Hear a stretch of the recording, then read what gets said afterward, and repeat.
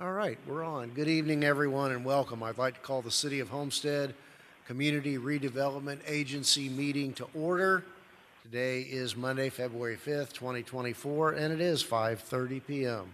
We have a roll call, Madam Clerk. Board Member Carnival. Board Member Avila. Here. Board Member Roth. Here. Board Member Bailey. Here. Chairman Losner. Here. We have a quorum. I'll entertain a motion for the approval of the, wait, let's go back. Are there any deletions or deferrals, Madam Director? No, Mr. Chair. Okay, very good. We have before us the minutes of our meeting of January 16th. Do we have a motion to approve? Moved by Board Member Bailey, seconded by Board Member Cannibal. All in favor? Any opposed? All right. Next item is tab 2, car number 4158, the Triangle Project Development Partner. Ms. Driver.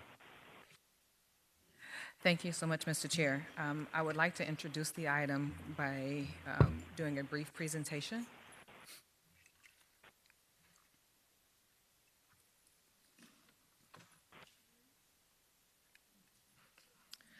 So as a reminder and maybe information for the public, the CRA's mission is to combat neighborhood deterioration and eliminate economic blight in the designated community. This is a map of the CRA boundary areas. Our initiatives align with the CRA plan, and they incorporate activities that are designed specifically for the elimination of slum and blight in the area and to increase property values.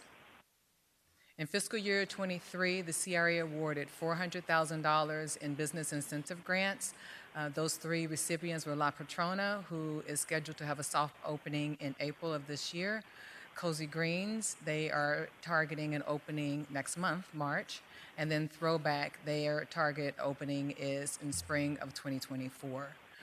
We celebrated the grand opening of Cirque Salon Studios this past fiscal year, and I'm happy to report that she being the owner, Whitney, is at 95% occupancy. So she's very happy. She said that her clients there are doing very well and are very busy.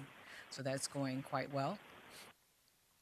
We also had residential grants where we awarded 5 homeowners grants to repair roofs, shutters, bathroom remodels, ADA compliance, and fence replacement, and more. We gave a total of $75,000 in grants, and as you are aware, this fiscal year we are targeting $150,000 in grants for 10 homes. We also awarded our first down payment assistant grant of $10,000 to a brand new homeowner there in the Southwest neighborhood for a new construction home that was built on a county infill lot. We did some neighborhood improvements in fiscal year 2023. On Southwest 4th Street, we repaved and restriped the road, removed dead palms, planted new oaks. We pressure washed the sidewalks, cleaned up litter, resodded, and a little bit more. Phase 2 has begun already, and with commercial facade improvements, we've started painting some of the commercial buildings over there. We will be doing additional streetscape, repainting of the decorative crosswalks, installation of decorative light poles, and we're going to release a call for artists for a commercial building design, not a mural, but a little design on a couple of the commercial buildings over there. We also launched Rock the Block on Southwest 6th Street. That's where we did some landscaping, mailbox installation, trash pickup, planted flowers, fence painting, stump removal, tree trimming, and the next Rock the Block is scheduled for February 24th. That's a Saturday, starting at 8 a.m. We will send you all an official invitation as soon as they are printed out, but we wanted to put this on your mind tonight. And then we also have some other improvements that are ongoing or underway at this time. We recently completed painting 4 homes on Southwest 6th Street. We have 6 remaining to be painted, and the painter is moving through them rather quickly, so we anticipate those should be completed by the end of next week. So almost every home on Southwest 6th Street will have been received a fresh coat of paint. Those that did not get painted was only because the owner didn't consent. We did some resodding that's underway, almost complete. Some new decorative lights are set to be installed this year, and restriping and repaving of the street, and then also adding some on-street parking, all on 6th Street. We have 2 dumpster enclosures that are under construction right now. Phase 2 will begin this summer. We also did the groundbreaking for the 4 homes that are to be constructed on CRA lots. And we acquired 3 4-unit apartment buildings for the Triangle project that will be demolished. And demolition is February 15th at 10 a.m. We'll give you a calendar invite for that as well. Hope that all of you all can come out. We got some little fun activities scheduled for you, and looking forward to tearing down these eyesores. And do want to make you aware, as well as the public, that the folk that were living in these deplorable conditions were all relocated to much nicer homes, and their relocation was taken care of by the CRA. Those that did not qualify for the relocation dollars, it was because they were either had already moved out by the time we closed on the building. There were several families that had someplace else that they moved to, or they went back home to another state. So we were able to get several families placed into much better living conditions, and their rent paid for up to 16 months. Downtown development, Old Edison building, we purchased that for $4.2 million. We are looking forward to bringing back to you a follow-up from last month's meeting regarding the Old Edison building, which leads us to the Triangle project, why we're here tonight. This is an aerial view of the area leading into the Southwest neighborhood, commonly known as Historic Southwest Neighborhood, right there on Flagler and Southwest 4th Street. This is looking westward. There are about 21 parcels that make up this project, and when we look at this and consider the Southwest neighborhood, we wanted to consider the richness of its history, beginning back in the 1930s, where the Black railroad workers, they built that community, which is west of the tracks. It was now a community that is underdeveloped. No major development for more than 30 years has happened over in the Southwest neighborhood. So through your direction and guidance, we thought a mixed-use project, mixed income, transit-oriented development would be something that would be a transformative catalyst for the Southwest neighborhood. So we released the request for proposals, and we were seeking a qualified development partner with relevant experience. We wanted to build a productive and collaborative partnership with this development partner to deliver a mixed-use development that would incorporate affordable housing, market rate housing, and commercial components, and to also enable commercial activities that would contribute to the neighborhood activation and economic development. And then lastly, and very important for that neighborhood and for you all, is inclusion of amenities that will be attractive and beneficial not only to the residents of that development, but to the surrounding area. We received 3 respondents to the RFP, Luna Development Services, Legacy Real Estate Development, and Interrelated Construction Services Corps. Luna Development is the #1 ranking proposer, and they are here tonight and would like to present to you their proposal for the Triangle project. We have 2 representatives here in the audience that will be leading the presentation, and we also have someone online from Luna that will be chiming in. You see him there? Okay. So at this time, Mr. Chair, if I may, I'd like to invite the Love to hear from them. Welcome. Just come on up to the podium. to the podium. And as they are coming, staff recommends that you all consider approving this, consider authorizing the city manager to begin negotiations with Luna Development. So if you'll give us your names and your positions and which company you're with before you get started, just so we have it on the record, we're welcome. Thank you, sir. My name is Arturo Vasquez. I am a design principal at Stantec Architects and Engineering. We are located in downtown Miami at 2 Biscayne Boulevard, and I'm here to speak on behalf of the team in regards to the overall vision and the development and the program, and answer any questions you may have about that aspect of the project.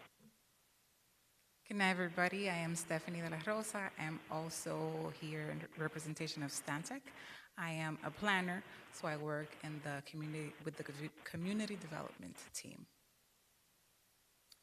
And we're supposed to have Jeff Tamkin be able to join us, but I don't know if that's actually happened. So, is Jeff on the call? This is Amy Worsham on the line from Stantec as well, if you can hear me. We can, yes, very well, thank you. Okay, great. I'm an urban planner, and I'm texting Jeff. I had a bit of a difficulty logging on, so I'm texting him to make sure, because I know he confirmed that he would be on. Well, go ahead when you're ready. Okay, well, thank you very much. And first of all, we appreciate this opportunity to come here and speak with you and share the vision. And we feel very fortunate to be able to work with neighborhoods and municipalities and redevelopment authorities to essentially work with you in a partnership to develop a vision that we feel very strongly about, more specifically in being able to revitalize and create catalyst opportunities for redevelopment of downtowns and urban neighborhoods. Our proposal is to create a broader sense of a public realm where a number of different uses can occupy the sites over time, including parking, including retail, office, commercial, and the residential component over two phases in a period of time that we think is appropriate for your development. In very simple numbers, the entire development over the entire street is approximately 4 acres. There are several parcels that you'll see in the visuals. Each of those parcels is approximately an acre, and in 2 phases, we can build approximately 200 units. It's a little bit less than that, and specifically in how those numbers will relate to the individual properties, but essentially we're looking at a density of slightly less than 200 units on 4 acres of total development over a number of parcels. There is an opportunity to put a parking structure on a parcel that I believe will be talked about today, and that parcel can contribute approximately 350 cars on a parking structure that could also be part of the overall vision and development. But more importantly, it's the idea of creating a thriving neighborhood and an opportunity to have uses that are contributing not only to the neighborhood in terms of housing, but also retail and commercial. So our main focus with this project is to align ourselves with the vision of the city. So in this slide, you have the intersection of 4th Street and Railroad Ave. So in this next slide, the camera is located at the same location. So this would be what we're proposing. So the main idea is to create a vibrant mixed-use neighborhood that is very pedestrian-friendly and that really spatially marks the place of 4th Street in the site perimeter.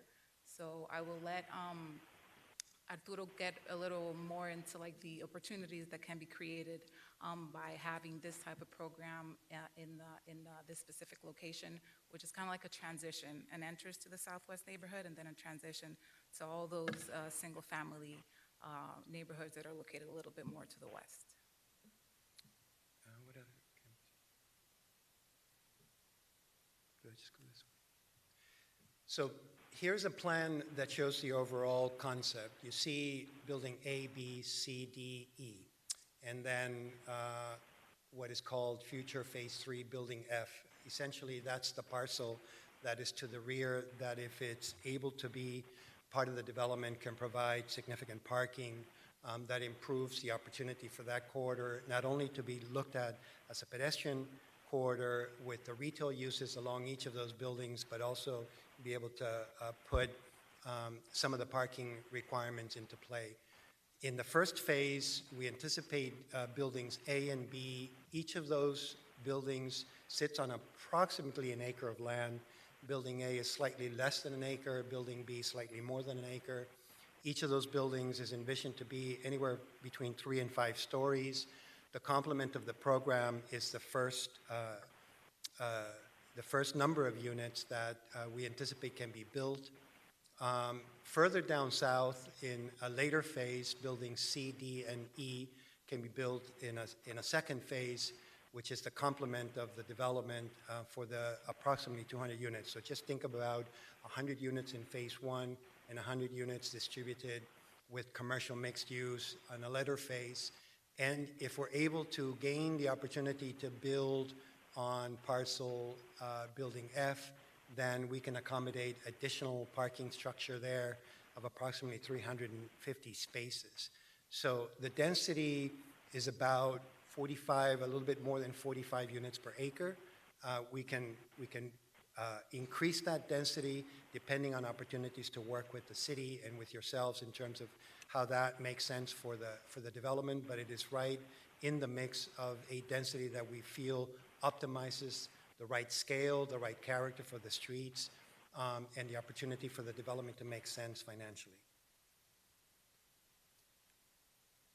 Here you see the opportunity on what we're calling Building F to build a parking structure that can accommodate a number of cars that is measured against the potential development of the units, plus the office, plus the retail that can be envisioned over time. Can I go over the unit next?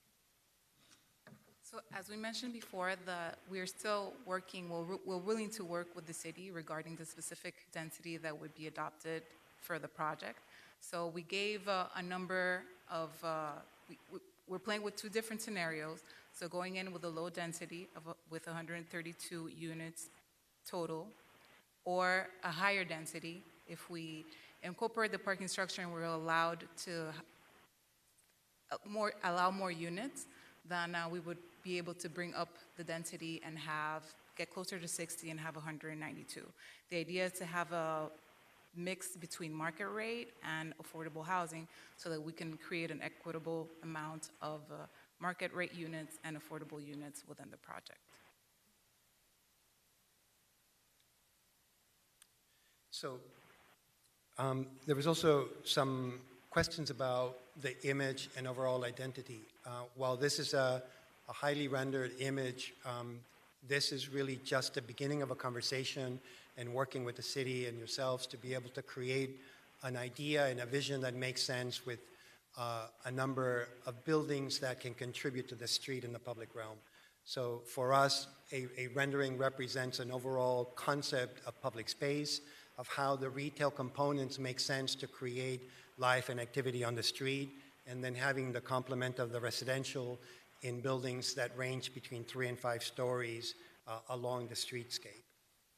This image represents the overall concept of how that mixed used environment can make sense in terms of the various uses on the street. Next. Here you see a little bit more definition of the streetscape and character, where we envision shops, neighborhood retail that can contribute to the life of the street, and then above that, residential units with a mix of densities and a character that is really more about connection to the outside, about light and air, generous balconies, and the type of activities that we think increases the opportunity for people to connect not only to the street, but also create a sense of community. This image is also at the intersection of Fortune and Railroad Ave. So as you can see, we treat that portion of Railroad and we incorporate it into the project. We gave it special paving so that eventually it could be closed off and dedicated to activities that benefit the community. So with the design, we are trying to expand kind of like the perimeter of impact of the project so that it could also benefit the surrounding communities. This image is also an image to represent the life and activity of the street, the opportunity for the ground floor to have a mix of uses that can create life and character, and then above that, the mix of residential with opportunity for large areas of, glass and access to daylight.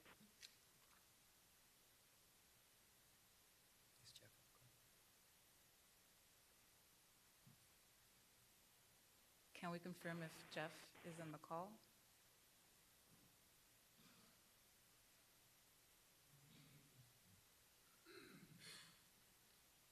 Okay, well, let me just speak to the schedule. Jeff Sorry? joined?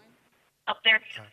Okay. Right. He was having trouble. Oh, good. This is his Jeff, we just went through the overall vision in the development, the acreage, the phasing, the opportunity for the mix of uses. And in front of you is a slide on the project schedule, so if you could speak to that, and then the numbers after that, please. Yeah, I don't have very,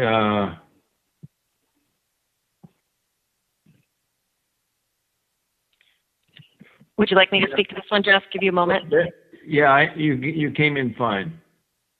I want to apologize to the CRA for being late. I had a little problem with the Webinex.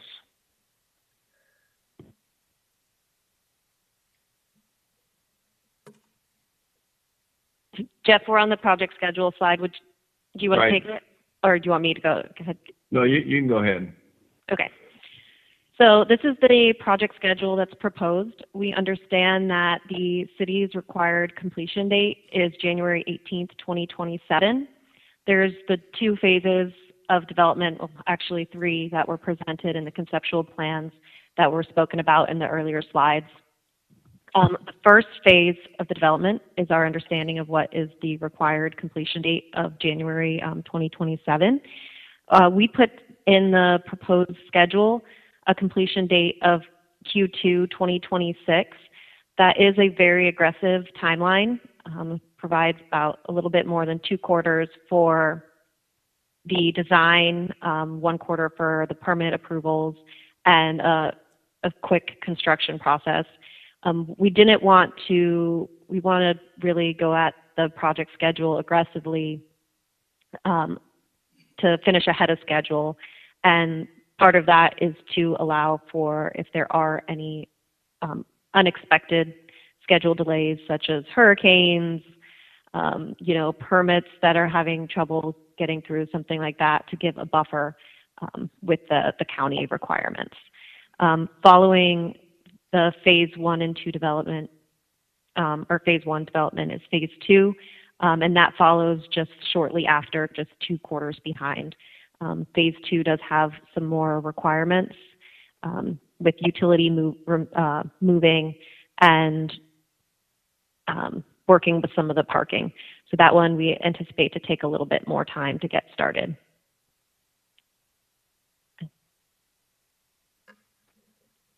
I think we're good for next slide unless anyone wants to add anything. Okay. Jeff, the next slide is the total development cost slide, the project cost. Okay. What number is that? What's the number? Can you hear me? Hello? Yes, Yes. it's a slide right after What number is this slide? the project schedule. Projected Okay. cost Right. with the 51 million. Yeah, we've come up with this 51 million and anticipate that. Or what was your question with regard to the total development cost? At the moment, I don't think there were questions. We just want to go over the numbers. If you could just speak to that and then move on.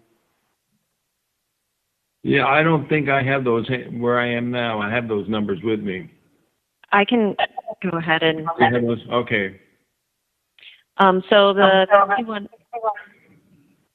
51 million was based on the average of similar projects in the area, and that's about $350 a square foot.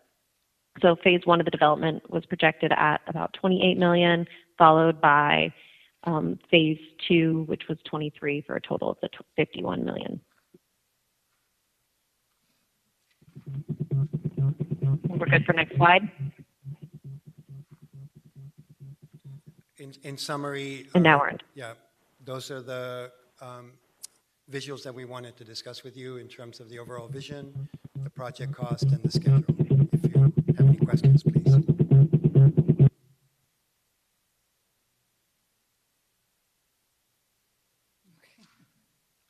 Thank you. So we're to answer any questions that you might have regarding the design, the project in general. Well, while certainly the design and the look of the project is, I think, near and dear to all of our hearts, more importantly would be the financial implications that no one has touched on here tonight, as well as, any code implications. Somewhere buried in here was, I think, a condition, a request, a statement that the city kick in approximately 5% of the proposed development cost as its additional contribution to this project, which in round numbers would be $2.5 million. So just, again, thinking out loud, if we approve the entering into and the ultimate closure of the contract that's later in our agenda tonight, that would represent a prior investment of about $6 million already. So you're asking for an additional two and a half, in addition to the 6 that the city has already put into this project, at a bare minimum, not to mention the carrying costs and so forth of some of these properties that have been on the books for years. I think the financial proposal also is very similar or fraught with some of the same issues that some of the proposals we have considered for our former city hall site, where the city's payment to the city would be, at the bottom of a waterfall, calculated based on net income, and we all know that, a good accountant can always make income zero or negative. So while we all appreciate the philosophy and the idea and the design work, I think more importantly for our discussion tonight would have been a more detailed presentation on the economics side of this proposal. And I want to compliment, the firm, the architect, the team of architects that have put this together. Some things that have been before us recently, I think we've gotten a really good education on, or deeper education on philosophy and aspects of planning and design and so forth. But you're part of the team, and no one from Luna is here. And I can't see that Luna's ever done anything in South Florida. And Luna's the one we're going to be doing business with. So, I'll just say up front, I have concerns that, again, at a second go-round, no one is here on behalf of the person or the firm that we could potentially be doing business with for years on a significant item. I have a philosophical problem with that absence, and I just want to say that for my colleagues and the public. But again, I want to commend you on your side. You've done a very good job in what your assignment was and presenting it to us. And I think for myself, I started hitting upon it before we ended the conversation. And when we put this out for advertisement, we talked about the bonus density, if you will, in addition to 45. And we had a phrase or some conditions as to what could do that. Could you go back and specifically point out what this proposal denotes as those items which justify the density of up to about 60 units per acre, or the density in excess of 45? Well, specifically, we're not proposing a density above what makes sense for you, both from a code and from a zoning perspective and also from a financial perspective, we gave a range of 45 plus or minus depending on what is the overall development, not only economically but also feasibly.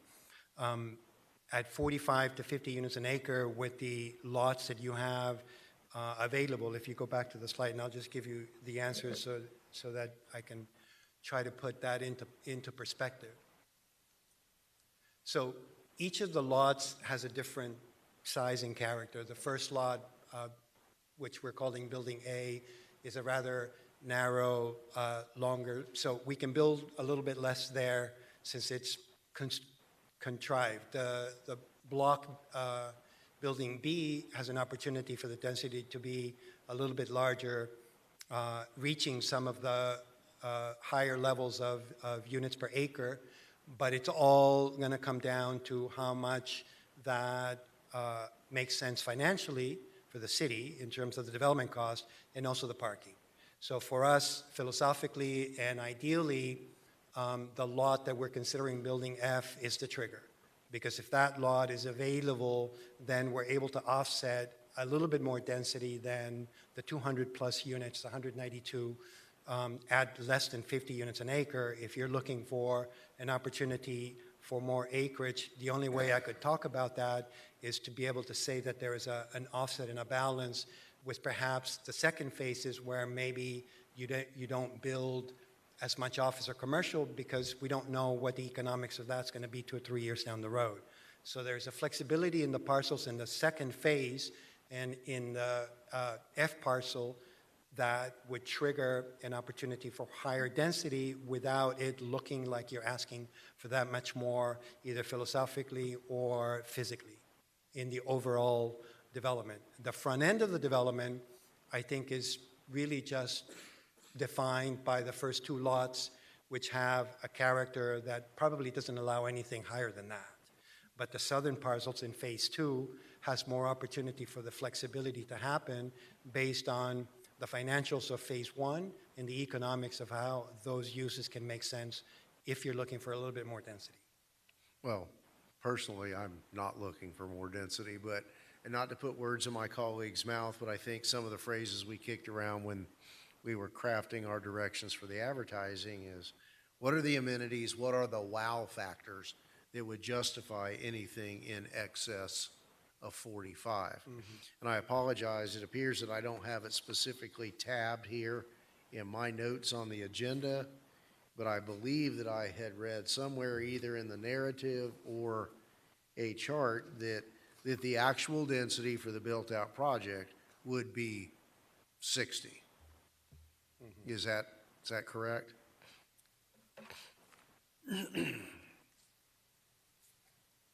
For now, we're working with 2 numbers. So we have the potential to go closer to 50, so at 52, but that's going to depend on the conversations we have and then the final unit mix that we decide.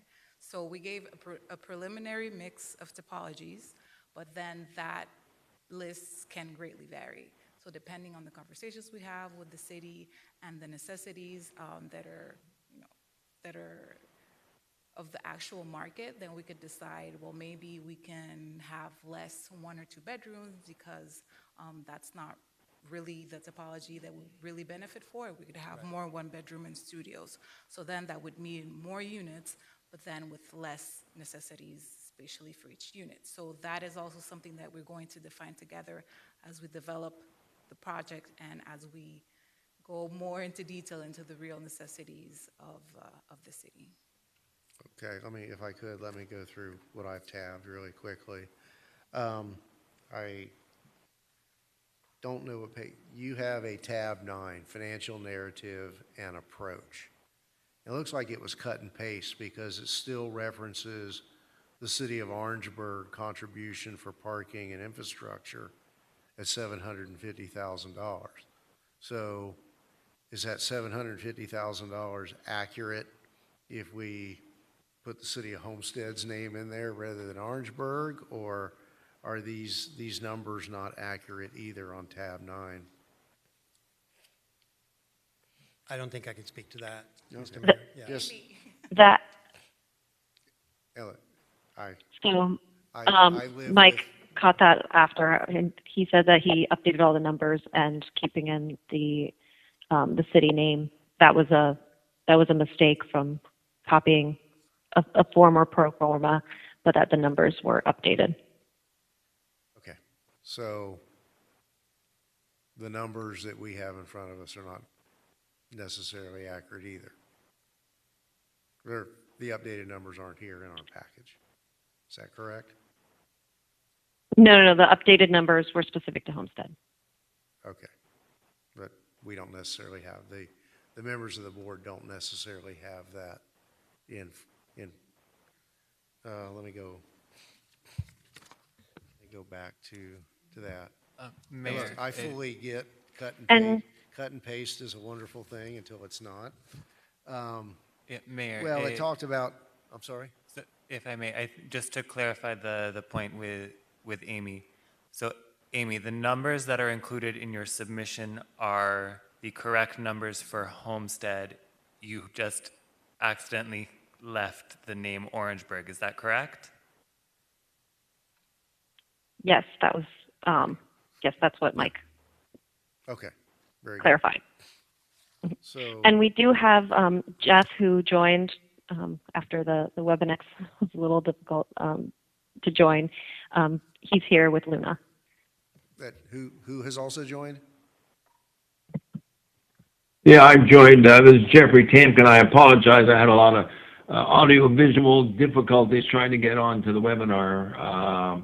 The WebEx, for some reason, wouldn't let me get in and didn't give me a password. But we've done a lot of work throughout the country. We're joint venturing with Michael and certainly have the development expertise with their firm and ourselves to put this project together. Having Orangeburg in there was really just because utilizing that format, and that just the name just didn't get changed, but it had nothing to do with the numbers themselves. Isn't that right, Amy? Okay, yeah, Correct. and we've clarified that. All right, so let me turn to our development services people. There is a unit size breakdown here. Have we looked at that for consistency with the code? So, Mr. Mayor, with the submittal, we would have to do code updates on density, unit sizes, basically the entire project. Right now, potentially, neither the density nor this mix of unit sizes is permitted. That's correct. So That's all I needed to know. Sorry. Thank you. Okay. You have here, and again, it's, well, I guess it would be the part of your tab 7. In a little box there in the top half of the page, you talk about land cost of $1,020,000. What's that? We're, quote, giving you land that we've acquired over the years. So where does that $1,020,000 come from?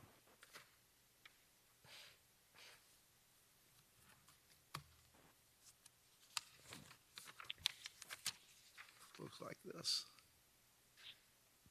So that was the understanding that during the submittal that the city, and it may be have been an incorrect assumption that the city was looking for funds towards the property. That would be one of the points that I think moving forward would want to be negotiated with the city about Okay. what value. All right. Well, that's all I have. Board members, any questions, comments? Can I get clarification on that last answer? Was that the assumed price that they were willing to pay for the land? Is that what I understood? What was the I answer? kind of heard that might have been a misunderstanding. Amy, and did not you hear the relevant. question? Yes. At the time of submission, the way we had read it was that the city was looking for contribution toward the land, but there were other factors that would need to be done, such as that 2.5 million or something, to make some of the infrastructure costs less. So that would be a negotiation point that we want to discuss with the city. Very good, appreciate that. Thank you. Anything else, Board Member Avila? I have a couple questions, and but I wanted to, since this is her district. Yeah. Okay. Can we talk about the relationships that you have with the commercial sector and what entities you envision bringing on? Has there been any interest already vocalized during your review and preparation for this project? Amy, do you want to address that, or you want me to speak to that? You have a little bit more history on the project than I do. Yeah, I can go ahead and speak to it. So one of the entities that has expressed interest was the Bezos Academy. There were several conversations with that organization, which is a preschool, if you guys are not familiar with them. They are throughout the Southeast, and they provide free preschool. So that is one of the entities. Another thing discussed with Luna was that they would bring in a local broker to bring in other tenants. The anticipated tenants were mostly like tier 2 tenants, which the goal would hopefully be to find local entities like restaurants to come into the development to provide a nice local presence. Jeff, is there anything you want to add to that? No, I think we always try to work with local brokers as well, because we want to keep as much of the dollars within the community as possible. So that would be a very important point. Okay, thank you. And Amy, in your review of the timeline, I thought I heard you say Q2 of 2026. Is that accurate? For phase 1. Got it. Okay. And then Q4 2026 for the final phase. Yep. Okay. I think I answered my own question here with Bailey next to me. Thank you. Okay. No problem. I have the schedule on the slide, Amy. Thank you, yes. I saw on the rendering some rooftop activity. Was that rooftop access for the residents only, or was that intended to be commercial, like restaurant, dining? Well, primarily Not on this one, on the other. There we go. There's people up there on the roof. Primarily, rooftop activity is the amenity for the residential, and then most of the public activity, which is on the ground level, is for retail and shops and cafes and that sort of thing. We try not to have public access to rooftops as much, so that there's a sense of privacy for the homeowners that are in the buildings. Thank you. I think in general, I like the architectural appeal of the project. I think I would like to see more art. I would like to see more shade structures. I see a lot of trees, but some more intentional shade within the courtyards. You had another rendering of like a wider, larger courtyard area, which was nice, but having some shade structures other than those tents, which I'm not sure if those are kiosks intended. Right. I don't see any American flags in the area, which my colleagues know is important to me. But I did find that page in the tabs here where it references the 60 units per acre. So I too was looking for, what are the wow factors, and to kind of see those specifically itemized so that we can, make sure that we're accounting for that push for the density in that area if it made sense. So I'll rest for now. I'd like to hear the rest of my colleagues. Okay, thank you. Yes.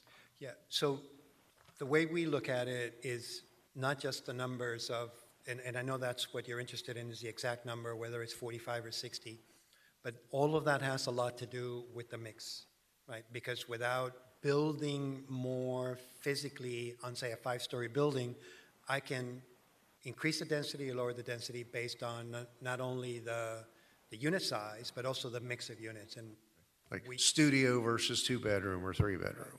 So for me, it's a lot less sort of the impact on the physical aspect of it. And if I may say, the wow factor isn't just a particular building, but the entire concept of the quality of life of the street, that in complement the various uses as it's being envisioned in the phasing will give you as an overall idea. So we see this as an urban village, which requires a number of things to happen, right? The streetscape, the landscape, the complement of how the buildings create public space, and really trying to look at the opportunity for the public realm to be the wow, with the buildings as the backdrop.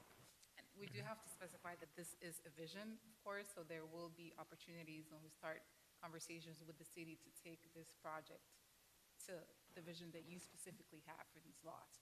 So again, these are images that we created to give you, an idea of what this could be, but then would have to go into the specifics so that we actually create the amenities and the space that the city needs.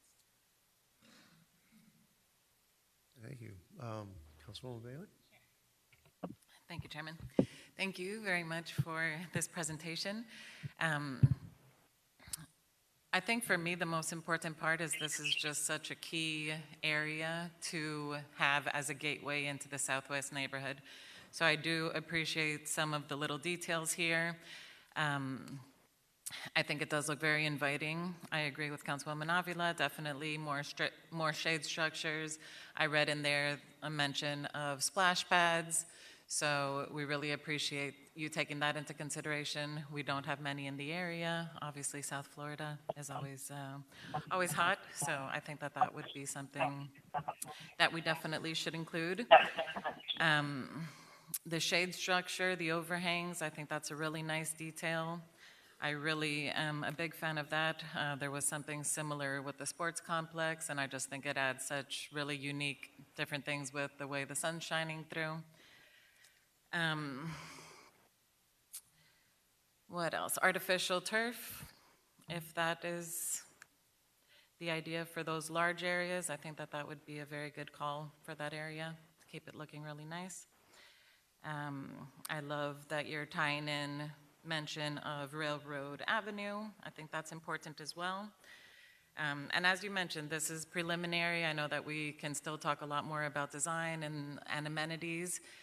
For me, the financial part doesn't come as easy as design and how things look.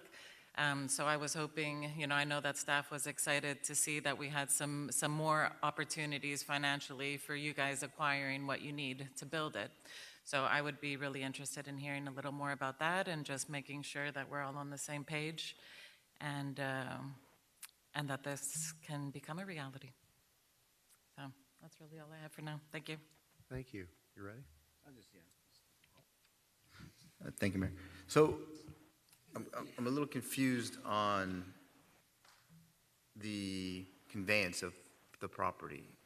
Kamicha, maybe you can enlighten us to, because some of those are county property, county-owned property they gave to us, and we're not allowed to convey that to anybody, are we?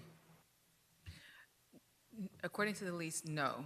There is always the option to go before the county to ask them for permission to sell the property once it's completed, but there is a deed restriction saying that no, that we cannot dispose of the property. So that's why we put in here a ground lease.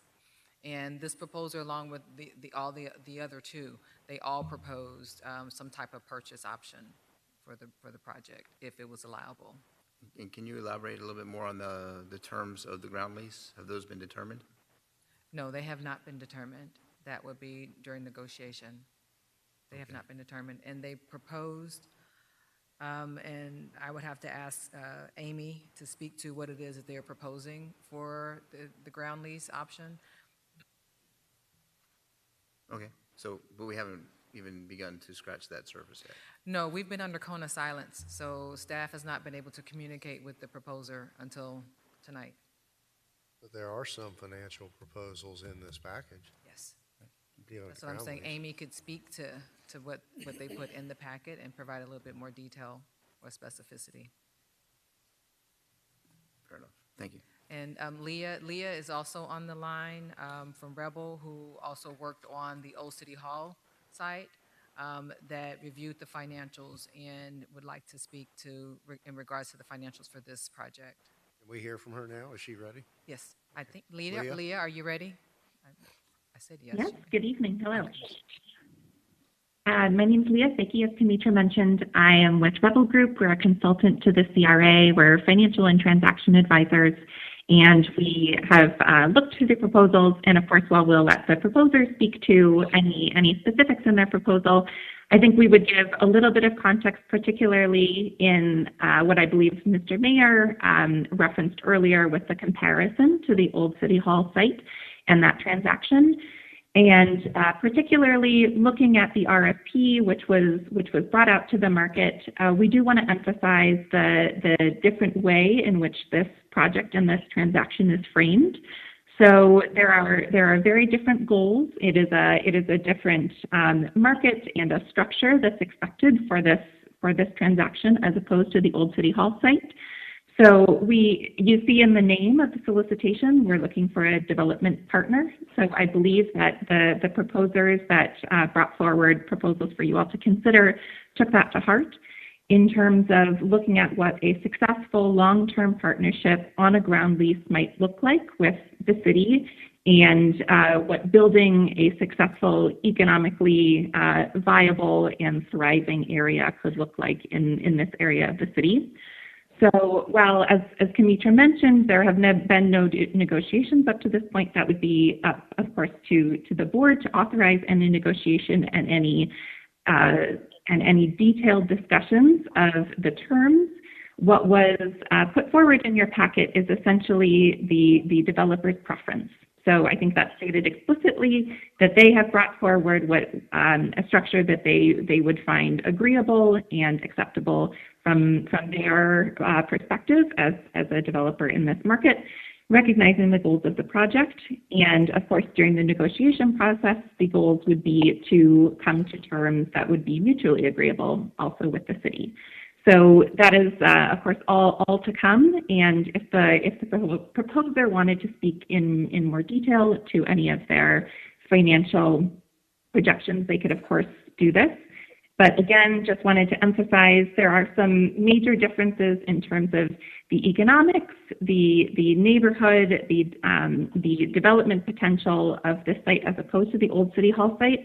And we do want to make sure that is very clear to the board and to the public in terms of what the hope is for this project, that this is not necessarily focused as closely on the financials as the entire package of financials plus the goals, the public goals sort of going hand in hand. But happy to answer any further questions, and of course the proposer can speak to their proposal in detail. Well, thank you, Leah. Any questions for Leah from the board on her comment? Okay. Are we good? Yes. Just for clarity, because I like the numbers and I like to know what the city would receive in compensation if we were to do this. And I see it on tab 9. It's a 99-year lease structure, payable beginning at stabilization, coverage of 1.20x, a capitalization rate of 7%. Now, for a lot of people, they wouldn't understand what that really means. So, as I always ask, what's the bottom line to the city if we enter into a lease agreement with this organization and give them the ability to build this project? So just a ballpark figure, because I know it's going to be negotiated out and the other terms are going to come in. We're talking about a $2 million+ ask from them for development, and you had highlighted the 1.02 million land acquisition fee. So maybe that's the calculation over a term of 99 years. Doesn't make a lot of sense to me. So that's just a ballpark figure for my head so that I know what to look forward to if we move forward with this, as far as what the city would be in a ballpark way compensated for the use of this land. Amy, are you still there?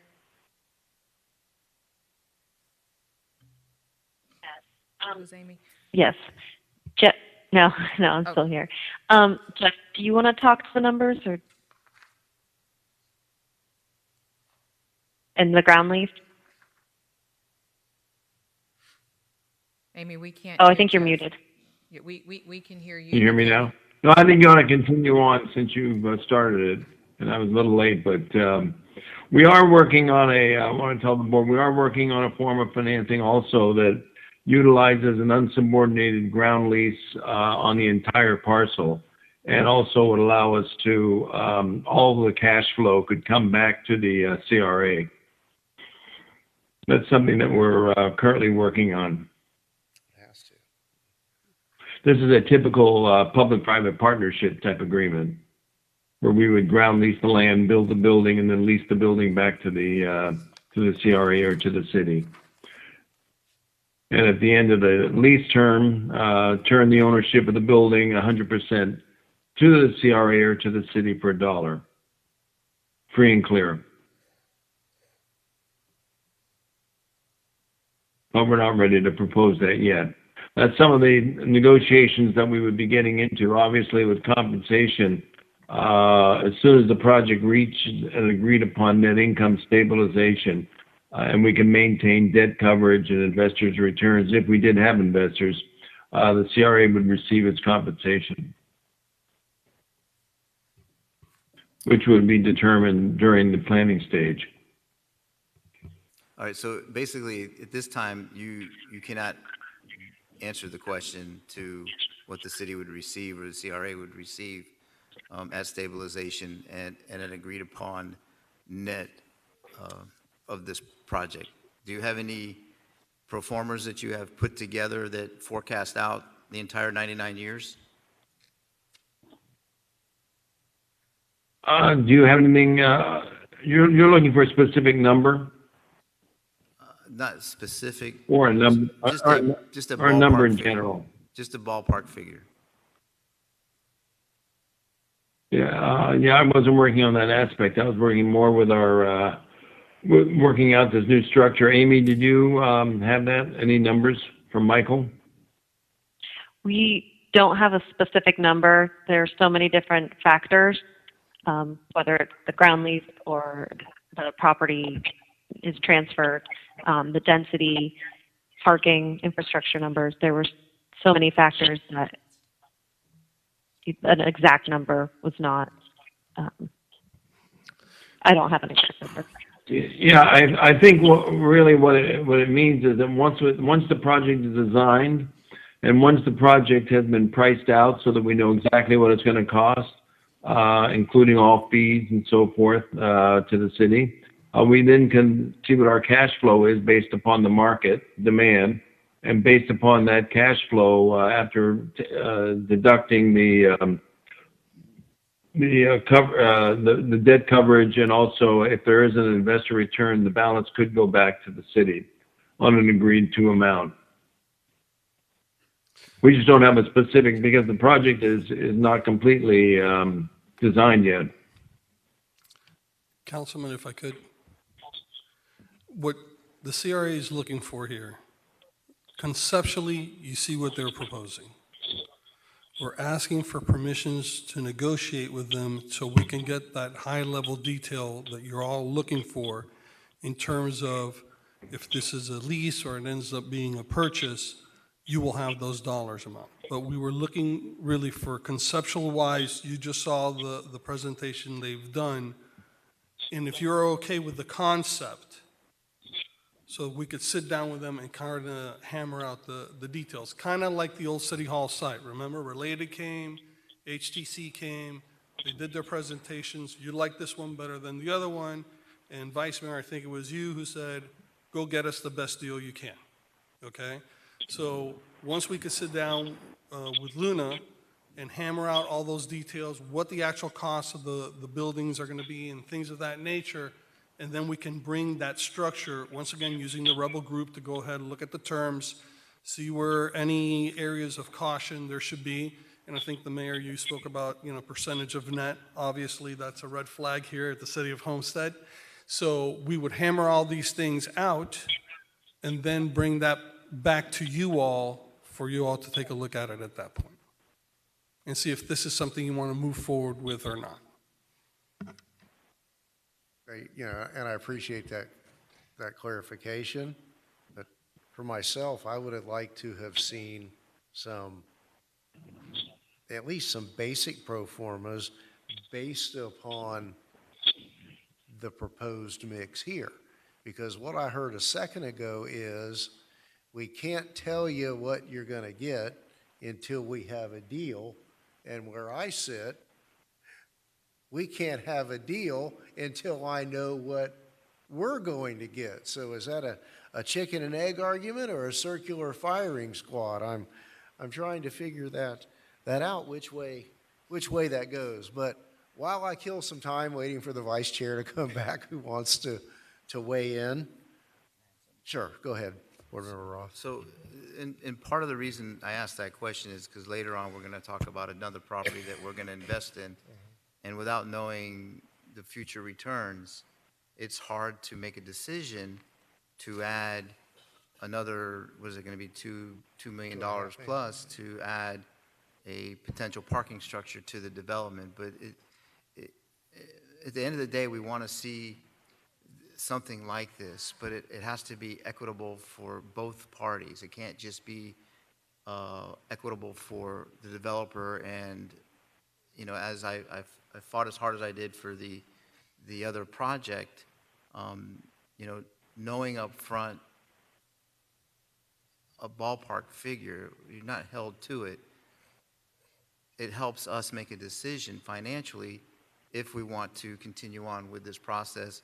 And then it also helps us if in the future you ask for maybe more density, and you can explain why you would need that density to not only enhance the project, but enhance the dollars to the city as well, to incentivize us to move along with you on that process. So that's why I ask about the financial aspects to the city, because to me, if we're going to give a developer an opportunity to come in here and make money, all developers are going to say, well, we can't make a lot of money, you know, and we're going to pay you based on that. You know, we're looking for factual information. We're looking for solid, you know, proof and solid growth over the years. This is a 99-year commitment and in cooperation for both the city and for you. And it needs to be structured equitable for both parties. And that's why I asked that financial question. We're not going to get the answer tonight. I think that I was a misunderstanding why we were here tonight. It was made a little bit clearer that we were trying to talk about a conceptual thing. If you like what you see, let us go back and put those formulas together for you. And I think that's a fair request to do that. But we still are under the gun as well with some of our obligations to the county and timing to get all of this done. So that was the reason I asked that question, because for me, it's important to know what we're going to get equitably for the city, and I think everybody would agree with that. So that's all. Thank you so much, Mayor. Thank you, sir. Yes, go ahead, and then Vice Chair. Thank you to my colleagues. On top of what Board Member Roth was saying, it's also about quality of life. If we're getting to the 60 unit an acre, I want to see how that's improving quality of life, not just improving the coffers, right? So that's important. And honestly, and I think I can kind of feel it across the board, we really didn't like the way the conversation has been going. It's been very like hot potato, right? Like we ask a question and nobody knows who's answering it, and maybe that's because they're just not prepared tonight for the specific questions that we're asking, and they didn't know to be prepared, and we didn't know that we weren't going to be asking that, and that's fine. But I really would hope that the third time's the charm when we come back to discuss this project, that the answers are quicker, clearer, concise, and specific. If that's a different definition from concise. So I don't know how else to kind of express that. It doesn't feel good to have these kinds of uncomfortable conversations when you're dealing with big projects, and it doesn't really add a lot of confidence to me. But I'm hoping that the next meeting will go well. And aside from that, are we going to be doing any other interviews or other presentations from other bidders? No? No, this was a request for proposal process, so we have the strict guidelines that we have to follow. So we're asking for you guys to consider negotiations, authorizing the city manager to begin negotiations with with Luna. If we're unable to have a successful negotiations with them, then we move to the second proposer, and then same thing with the third proposer. That's how the procurement process works with these RFPs. Understood. And Okay. we're not able to, staff's not able to communicate with them because we're under cone of silence. So once we leave this meeting, we go back under the cone of silence. So we're not able to have any outside discussions with them unless we do it through procurement. And so it's a little bit different than the way that you experienced it with the Old City Hall site because it was a 163 notice. And so that's why we're asking for tonight for the authorization for the city manager to begin to negotiate with them to fine tune these financials, come back to you guys with an agreement with the pro formas that are outlining specifically what it is the CRA would receive, what it is they're asking, what the project looks like long term. So Thank you for that. And it's a good reminder as to the pros and cons of the 163 notice versus the RFP process. And I'm fine with giving staff authorization to proceed with negotiations, but that doesn't mean I'm signing on the dotted line. I want to see more numbers. I want to have more specificity to the project overall, and it has to make sense, black and white, in writing and in the vision. So thank you for your time. You guys have done a great job in your presentations. Go back to the team and get it together. Okay, thank you. Well, I've heard very clearly what you're looking for, and I can convey that to our development team and to ourselves in terms of what is the value proposition for the additional density and what are the specific numbers on compensation and how does that relate to something that is measurable, both economically, quantifiable, and qualitative. Thank you. Vice Chair. Thank you, Mr. Chairman, and I wanted to thank the applicant for their presentation. Couple of questions that I have, mainly one for staff specifically. So we've spent roughly $6 million on property acquisition in this location so far, to date. with the approval of the tonight's. second item, it will be close to It'll $6 be million close to $6 of the million. ARPA funding that you guys authorized us to spend. Correct. For this. Okay. Overall, I want to say the presentation, lacked a lot of specificity. However, I think I will reiterate what I said with staff yesterday. I'm excited about getting something started down here. I mean, this is going to be a catalyst for our southwest section. Overall, I think we can talk about architecture and a lot of the other details as we move forward, but it's very disconcerting to me that nobody's here from the primary group to be at this presentation. So that's I have a lot of questions when it comes to what's their real buy-in to coming to do business with the city of Homestead. I look at your cost per square foot. It seems a little high to me, but I noticed there was one that was way low, so I can discount that. So I'd be looking to really hone in as we move forward on those numbers and see what those financial benefits are to both the city and how we move forward from there.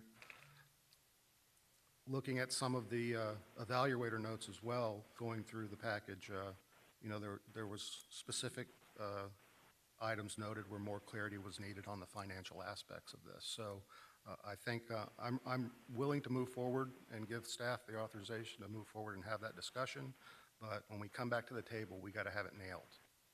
Okay? That's it. Thank you, everyone. Thank you, Mr. Vice Chair.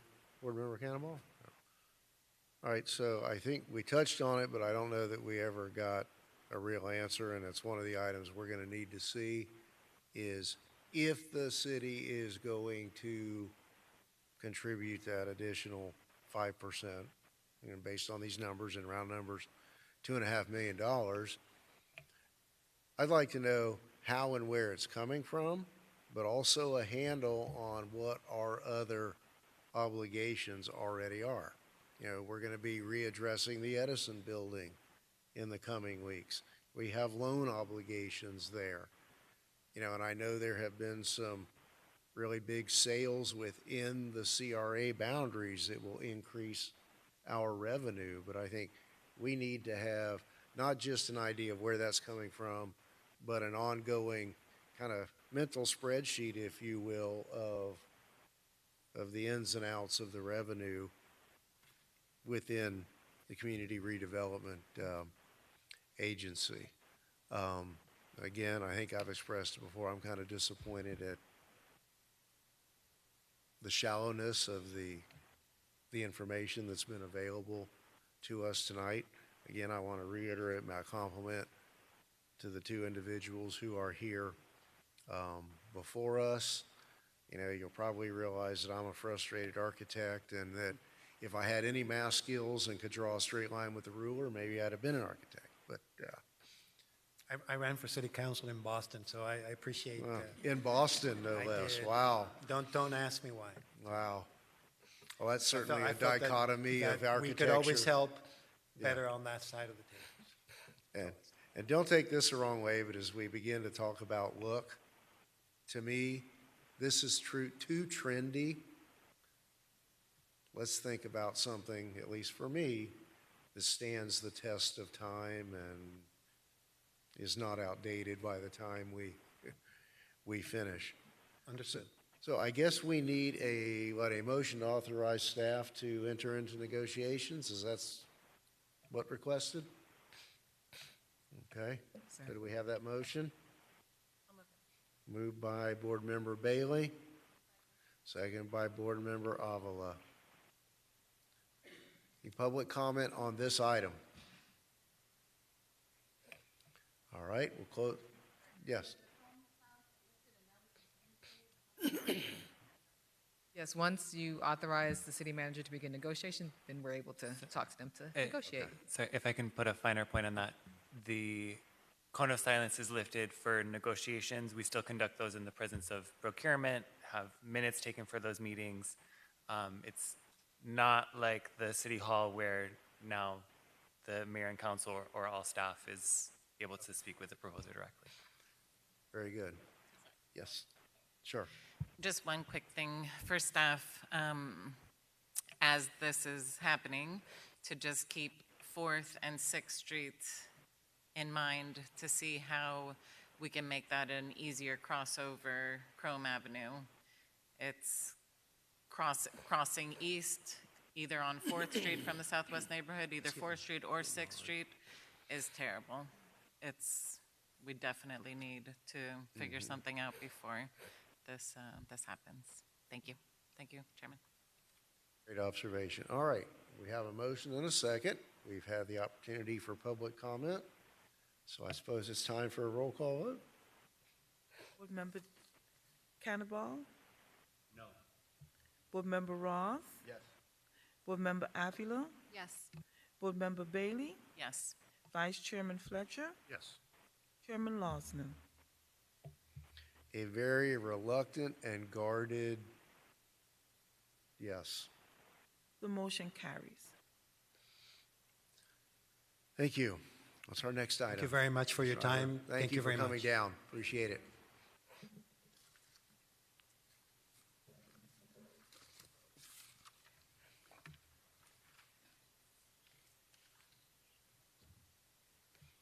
Go ahead. Thank you, Mr. Chair.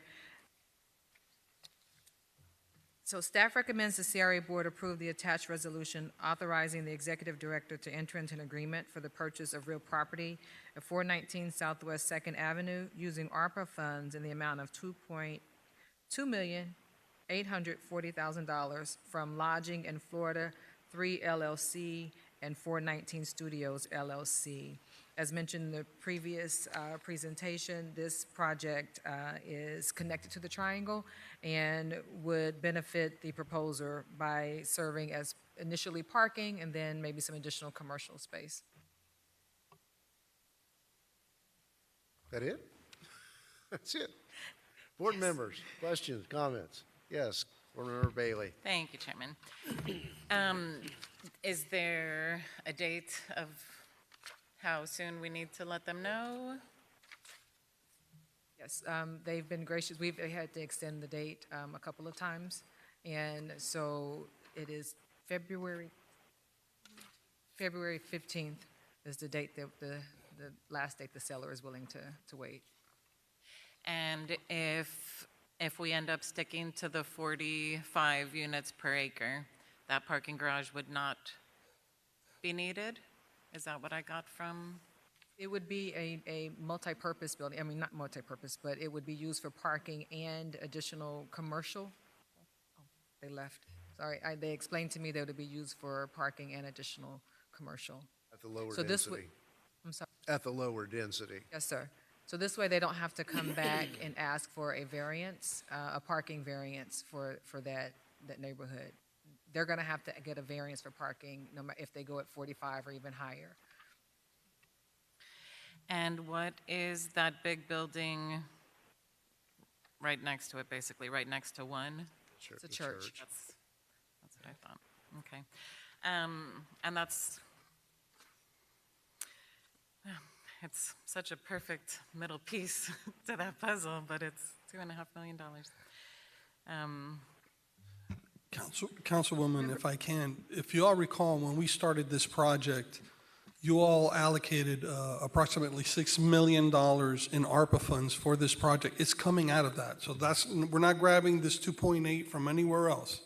It's from the previously approved amount that you all said, we're willing to spend this money to acquire these properties so we can make this project come to life. Thank you. And nothing from the church, they're not interested? The last time we spoke to them, they wanted a couple of $1 million for their building. A couple million? A couple. Well, I think it is a little too integral of a piece to give up, and if we're still within what we had previously decided, then I don't see any issues. Thank you.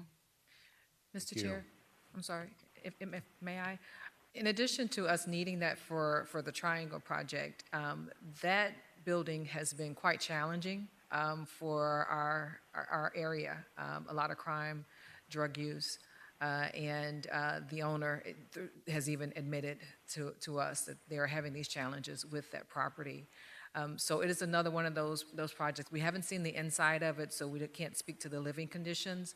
But if it's similar to the ones that we encountered before, they're not good. So it would be more beneficial for the community to have that as a space with this new project than to leave it as it is. Yes, Board Member Avila. Thank you, Chair. I think I'm looking at this transaction independently to the project that we potentially might be putting there. And if the goal of the CRA is to eliminate slum and blight, and we're within our original budget of trying to develop this area, then I'm okay with moving forward and acquiring this property. And I think on top of that, we may not move forward with this potential developer. We may end up going back to the drawing board and getting a different developer if we don't like the final numbers and final cut. So, Yes. so whether it's that project or a different project, I still want to proceed with this investment. So for that, I'll support this acquisition tonight. Thank you. Thank you. Board members? Yeah, sorry. Well, no, I want to, maybe the same question you have. $1 million question of the plus of potential relocation. And you have our resident expert looking over your shoulder at the ready. I do. Do you want me to share the news, or would you like to read it? No relocation cost for this project. Because it's a program rented out the spaces, and so they are responsible for moving their residents to another location. And then the owner also has other properties that he is working to try to house those individuals in. So when Richard and his team looked into it, there won't be any relocation costs for this project. And we had the same, with 441, we didn't have to pay any relocation costs in that one either. So that was going to be part of my concern. But this property has had a ragged history since the hurricane of, was it Irma in 2017, 18, whatever it was? 17.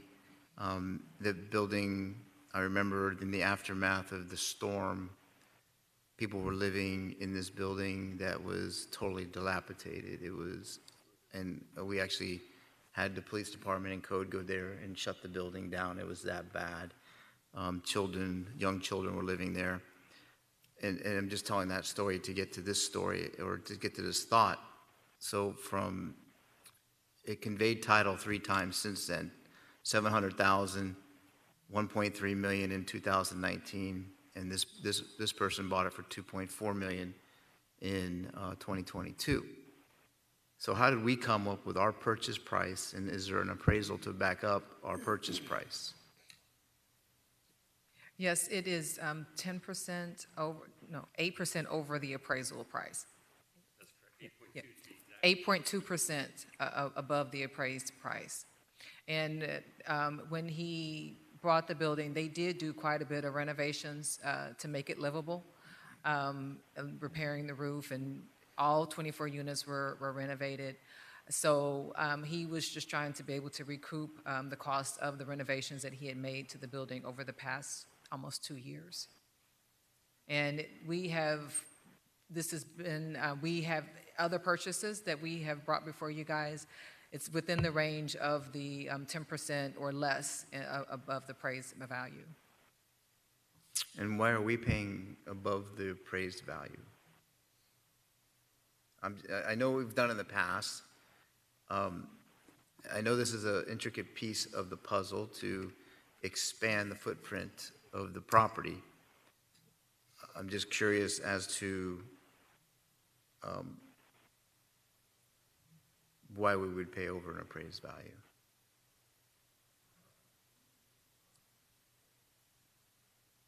Richard would like to respond to Welcome to the party, Richard Glass, he's been handling our relocation and negotiations. Good evening. Good to see everyone again. Good to meet you, sir. At the 8.2% increase on the governmental end of buying real estate, it's a little converse the regular real estate world. At less than 2% is a good deal considered by governmental agencies that I work for. The current owner, and I never really thought we had a chance to get this property. When he bought the property, he didn't want to talk to anybody. He didn't want to talk to me. Then he came around. I think the city saw him on the streets or something. We got reconnected. But he did want a profitability on this, and his purchase price was mentioned earlier this evening. So he was looking at profitability. He is making over $25,000 a month. Rent from government subsidized. It's Citrix and also Section 8 housing. So he's getting money and he's not having to do anything. He didn't think he needed to do anything until the city was violating him for different things. There was vandalism and stuff like that. So he's been very cooperative, although he has been demanding. He was very demanding during the negotiations. His first counter offer was just short of $3 million. And we got him down to this price, again, which is only 8.2% more than the CRA's appraisal value that was established.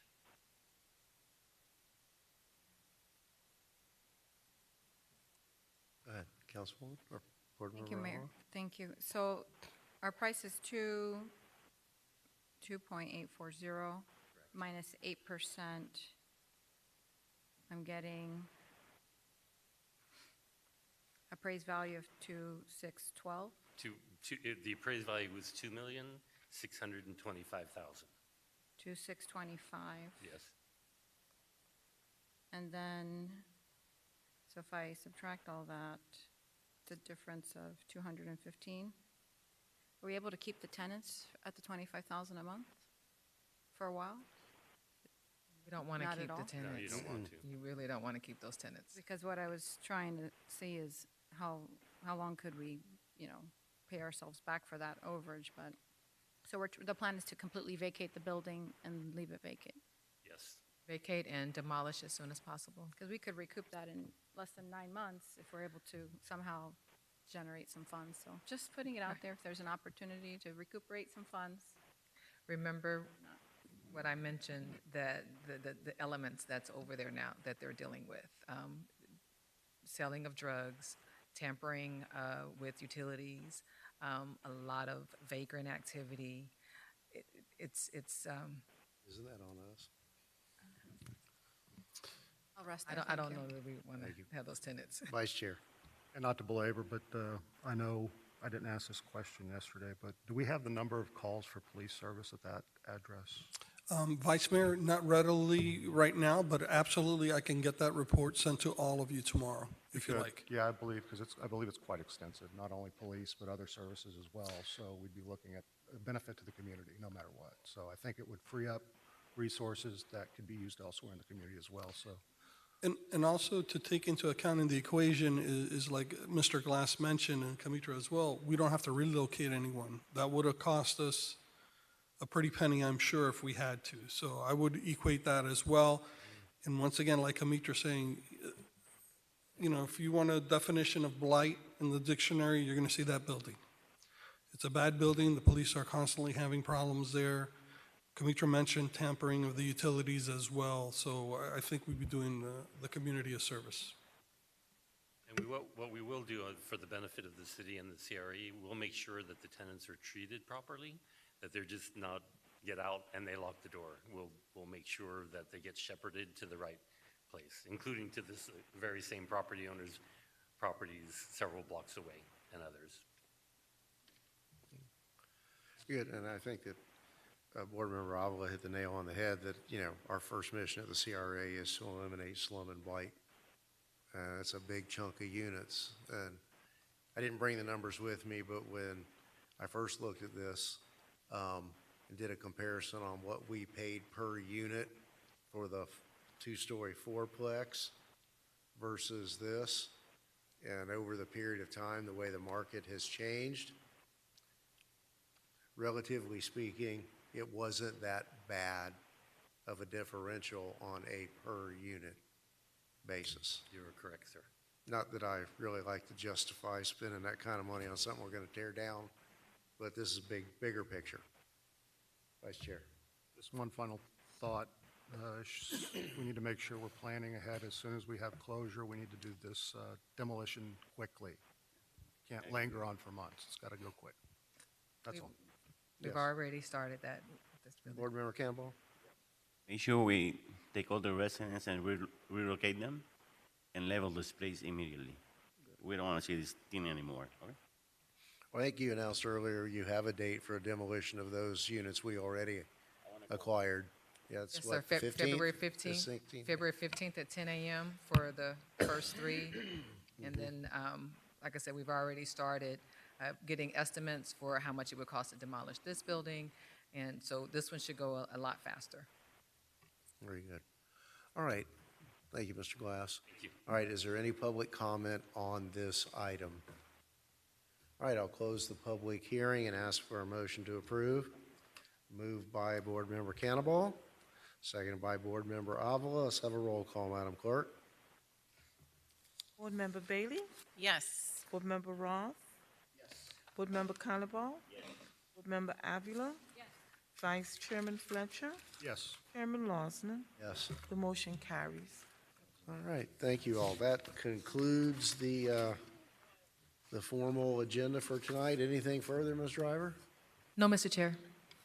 Mr. Manager? Any public comments regarding CRA activities? Is there anyone here that needs to make a public comment on any community redevelopment agency issue? All right, then I'll entertain a motion to adjourn. So move. So say we all. Thank you all. Good night.